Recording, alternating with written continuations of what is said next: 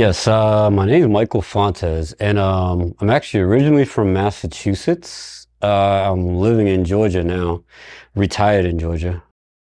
My military history was like 11 and a half years. I served two deployments to Iraq. I also trained at the end of my career.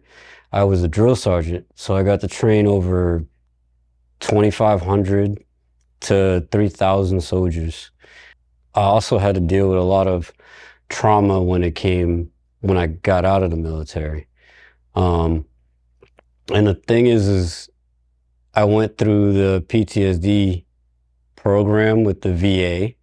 I've been in it for about 7.5 years. And after coming to Hooves for like 2 days, I realized that they're not doing enough for veterans. I'm a big push on vets, especially with PTSD. And the reason why I came to Hooves actually was a soldier of mine. He had called me about a day before he actually committed suicide. And thought I did enough to help him, but it wasn't enough. And then I always had to deal with that the last 4 years. Um, it was really a bad time. I had dark places, and for the last 4 years, I've just been stuck in a dark spot. So Hooves actually kind of saved my life, in a way. So I can see a different perspective in life. You talked about the VA and just touch upon like on the treatment. What was your plan? Like, what was their solution for your problem? Oh, there was no solution. All right, so the plan was to go in and see if I can get help with the trauma. I was actually at the VA in Boston, and they put me through the PTSD program, but the program is a clinical, by the book SOP, and it just seems like they were just checking the block. They weren't really getting to know who I was, how I could deal with it. Um, they didn't really open up to give me any tools. They gave me like enough tools to kind of go away. And then they threw medicine on me. They got me a psychiatrist. Matter of fact, a year and a half ago, um, I was contemplating suicide. And the only thing that they could do was put me on a list of high risk list of suicidal ideations. Um, but they never really offered me a solution. They never gave me another perspective, another way of living my life with the PTSD. Um, that's the thing that really makes me mad. How many other veterans have gone through and thought the same way I have? You know, after dealing with their plan was just to go through therapy and then group therapy and then some more therapists and some more all of that. And I was like, no. At one point, I asked my psychiatrist when I was going through my dark times if I could get another therapist, to talk to, just someone to talk to let it all out. She flat out told me that according to protocol, I've been in the program too long, and they couldn't offer me another therapist. So I gave up on it. I gave up on all of that, and that's when I started noticing like I just wasn't living life right. Matter of fact, it was a volunteer here. Her name's Chris, and it was her son that had called me uh, the day that he was actually thinking about committing suicide. And I was able to talk him out of it. I was able to get him to see his mom. Something happened between the Monday and the Wednesday, and he couldn't handle it anymore. I guess something happened, and then I got the phone call on Friday that he was gone. That one specific incident really hurt me because I was an NCO, I was a sergeant. So my whole career in the military was taking care of soldiers like they're my kids. So when you lose somebody like that who is, like your kid, um, it hurts. It sticks with you forever, and then you try to find a way to cope with it or to justify his reasoning why he did it. But, at the back of your head, as a veteran and as an NCO, you're like, man, I never did enough. I didn't do enough. I should have just got in my truck and went and found him. I should have, I don't know, called the cops right then and there, whatever state he was in, maybe that could have helped out. Um, but it's the fact of not being enough, like as a leader that I feel like I failed. I failed him. I failed his family. I failed everybody around him, all of his friends, because I was the one that he called for help and I couldn't help him. So to this day, I still feel that guilt. I guess it's survivor guilt, but I don't know. But again, I talked to my psychiatrist, I've talked to the VA doctors, and they literally just treat you like a number. They don't look at the human aspect of you. They say they care and they want to take care of you, but yet they won't support a program like Hooves because they're not clinical. They don't have a SOP in the clinical side. They don't have a doctor or somebody that's going to get paid basically, from the government. That's why they don't, and that's the thing that I personally have a grudge against, you know. Basically, they really do want to treat you like a number, feed you with pills and have you go on your way. Um, and me having two boys to take care of and a whole life at home, that's not how I want to live. I don't want to live in that darkness. So that's why I chose to come to Hooves. That's why I really, really want to push this, and I'll talk to whoever I need to talk to. Whoever needs to interview me, it's fine. I want to make sure that the veterans understand that they're not alone. They have other people here that's willing to help them. And that's I guess my whole purpose of coming here is to find another avenue to cope with the struggles. If you can describe what PTSD is to me, I've never heard about it before. How would you describe it and kind of take me to your worst point? Explain it to me. What is that like? PTSD is a animal.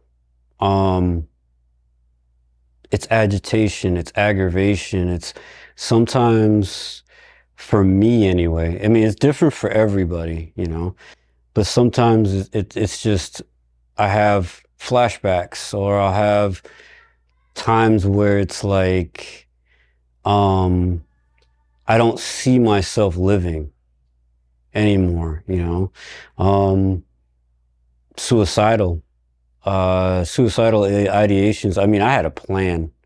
I had a plan of exactly how I was going to do it, where I was going to do it, and when I was going to do it. And that was all stemmed from the stuff I've seen overseas. When the deployments, I had to deal with a lot of different things, a lot of different avenues, like the blood, guts, and all that. And you just can't forget those images. One example is every time I close my eyes, I see the people that was dead on the ground. Um, I see the mass graves at times. There's a lot of things that come up, feelings and stuff. Now, the biggest one for me really is loss of patience. I didn't have no patience whatsoever. My kids were suffering from it. There'll be days where I just want to stick myself in the room and my kids are out there playing. They'll ask me how I'm doing. I'll just tell them I'm good. And I just sit in my room alone, watch TV or something like that, or play video games or whatever. But I'll be by myself. But at the same time, I was disassociating myself from my kids, my life. That's what PTSD does to me anyway. Other people is different, but for me, it was hard. It's hard to deal with. Um, So obviously you've been dealing with this for a long time and searching for a solution, something to put you in a different direction. What were your thoughts when you turned down the road here? You made that left and you're coming around. Tell me what was going through your mind at that time. Be honest, with you, I was a little nervous. I didn't know what we were gonna do. I just thought we were gonna play with horses, animals and stuff. And I'm good with animals. I loved the area when I came in. I saw, I was like, wow, it's a big open spot. Like a lot of land to play with. And my first thought was, this is another bull crap thing to do to check the block or whatever. I didn't really get any insight. I didn't ask anybody how it was. I didn't ask anybody what you had to go through. So I came here blind, um, not knowing exactly what I'm getting myself into. Of course, that changed, but that was my initial thought. Was like, this shit ain't gonna work. I ain't gonna get nothing out of this. This is whatever. Like I just was like, nah, this another BS thing gotta do, spiritual thing, blah, whatever. But then, working with Amanda, Katie, and Jackie, it taught me that to open my mind to stuff like this. And Christina too. I can't forget Christina. She was the spiritual guide one. Um, but you gotta it opened my mind a little bit more. And then when I met the people that were going through it with me, I felt family. I felt like everybody was dealing with their own things, but they're all dealing with the same that I was dealing with.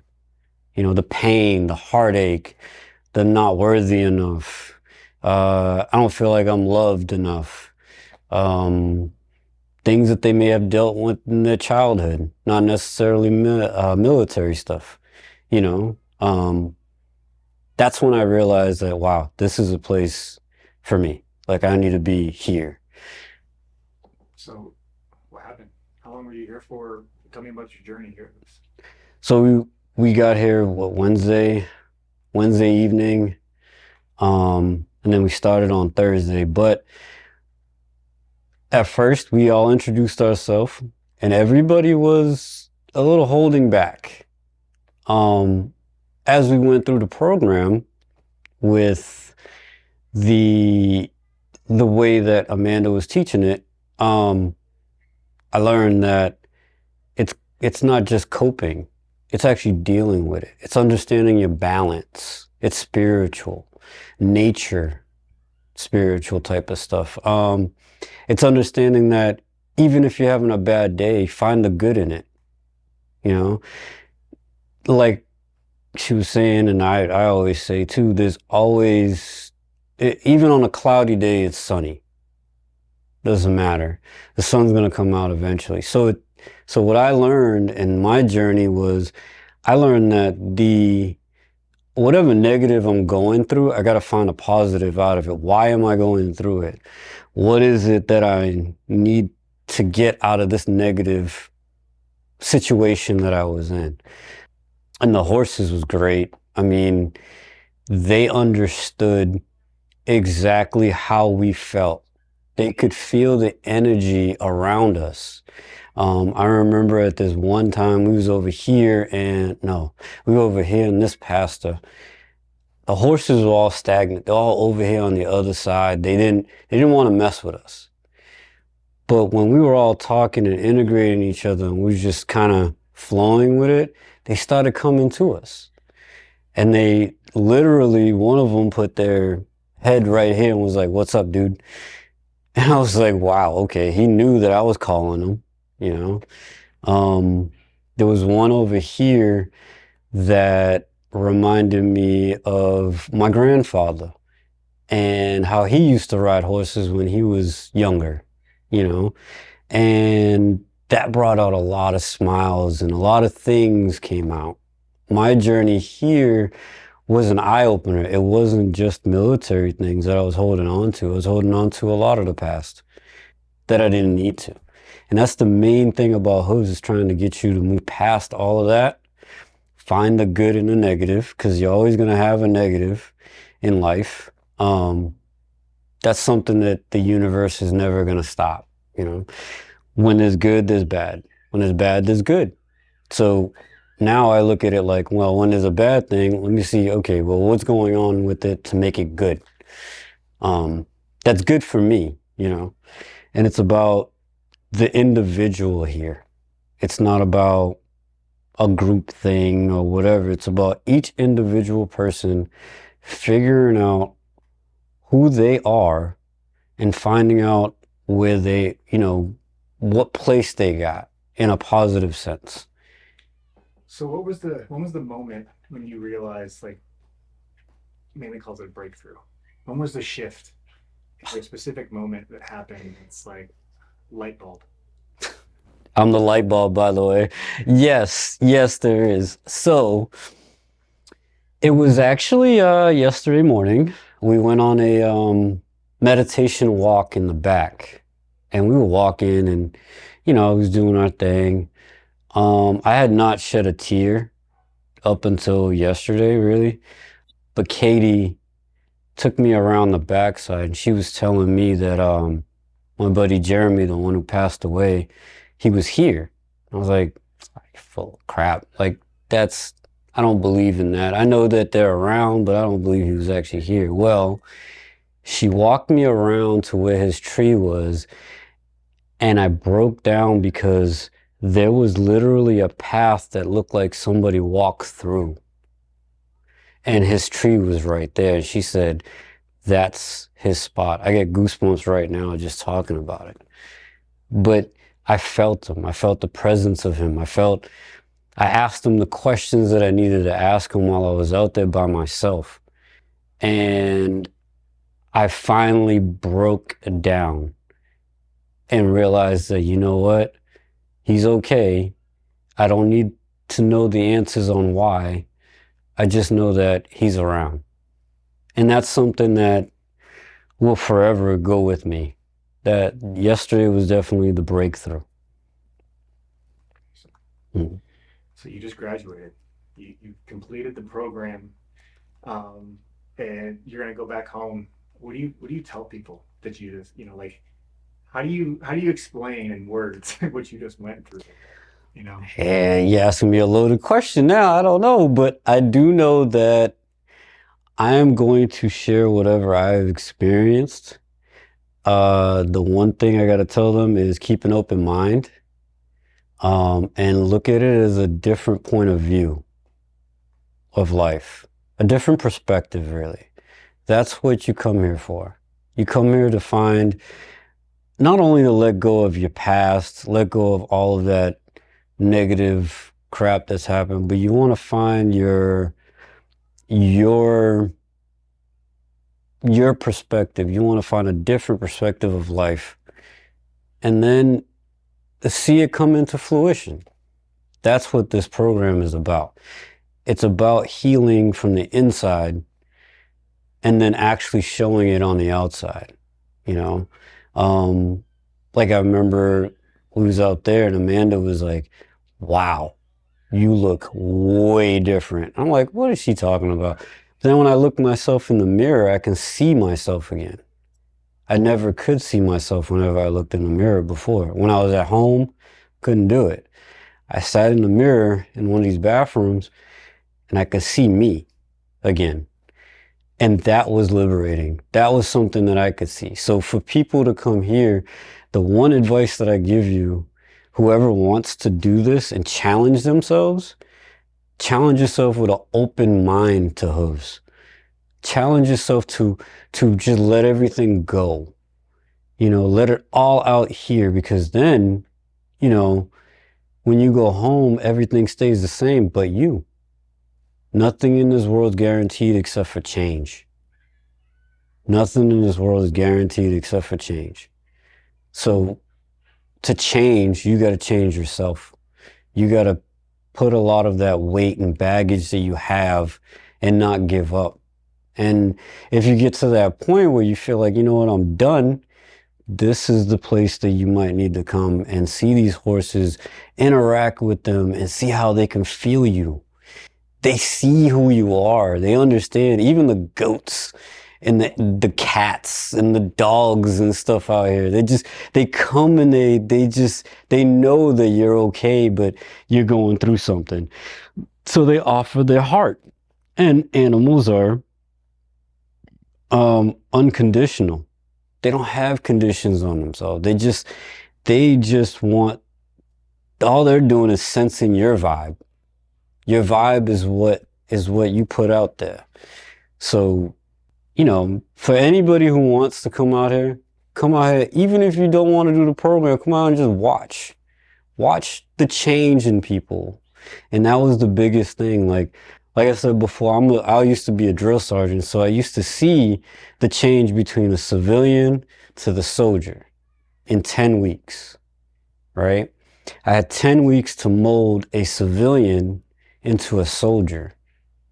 Here, she's only got 4 days to change your mindset from committing suicide, being depressed, to understanding why the butterflies come to you, understanding why the animals can attract to you and your vibration and all your positive. So that's what I want people to understand, that yes, this place is awesome for that. And it's relaxing. Like you don't have to worry about the stresses of the world here.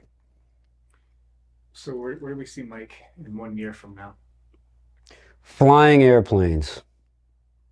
That's my goal. My goal is to get my pilot's license. And that's what I'm going to do. I want to do that. I want to fly. It's a form of freedom for me. Being able to just get in my little plane and go somewhere.